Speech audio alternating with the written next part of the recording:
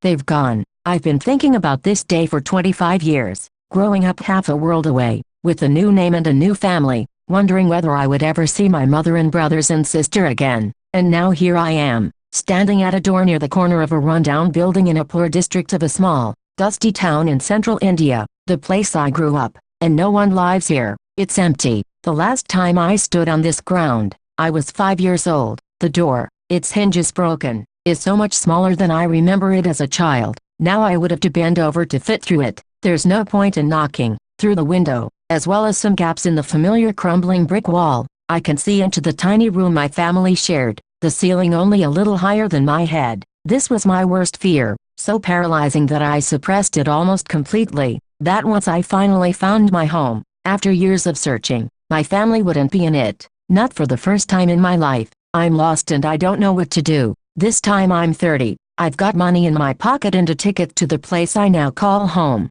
but I feel just like I did on that railway platform all those years ago. It's hard to breathe. My mind is racing, and I wish I could change the past. Then the neighbor's door opens. A young woman in red robes comes out of the better-maintained flat next door, holding a baby in her arms. She's curious, understandably. I look Indian, but my Western clothes are probably a little too new, my hair carefully styled. I'm obviously an outsider, a foreigner. To make matters worse, I can't speak her language, so when she speaks to me, I can only guess that she's asking me what I want. I remember barely any Hindi, and I'm not confident about how to pronounce the little I do know. I say, I don't speak Hindi, I speak English, and I'm astonished when she responds, I speak English, a little. I point at the abandoned room and recite the names of the people who used to live there, Kamala, Gadu, Kalu, Shekhala, and then I point to myself and say, Saru. This time the woman remained silent. Then I remember something Mom gave me back in Australia,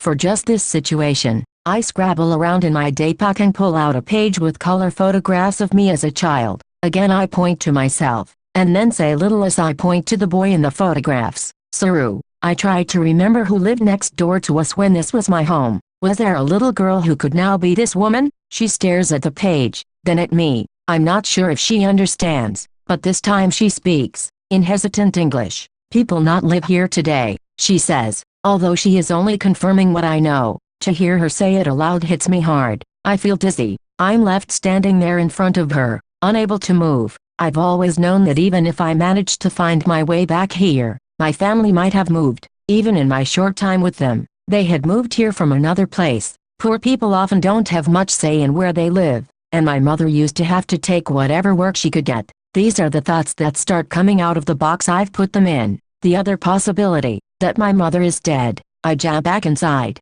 A man who has noticed us approaches, so I start my mantra over again, reciting the names of my mother, Kamala, my brothers, Gadu and Kalu, my sister, Shekhala, and me, Siru. He is about to say something when another man wanders up and takes over. Yes, how can I help? He says in clear English. This is the first person I've been able to talk to properly since I arrived in India, and my story comes tumbling out quickly. I used to live here when I was a little boy. I went off with my brother and got lost. I grew up in another country. I couldn't even remember the name of this place, but now I've found my way back here, to Ganesh Tally, to try to find my mother, my brothers, and my sister, Kamala, Gadu, Kalu, Shekhala. He looks surprised at the story, and I recite the family names yet again. After a moment, he says, please wait here, I'll be back in 2 minutes. My mind races with possibilities. What has he gone to get? Someone who might know what happened to them? An address, even?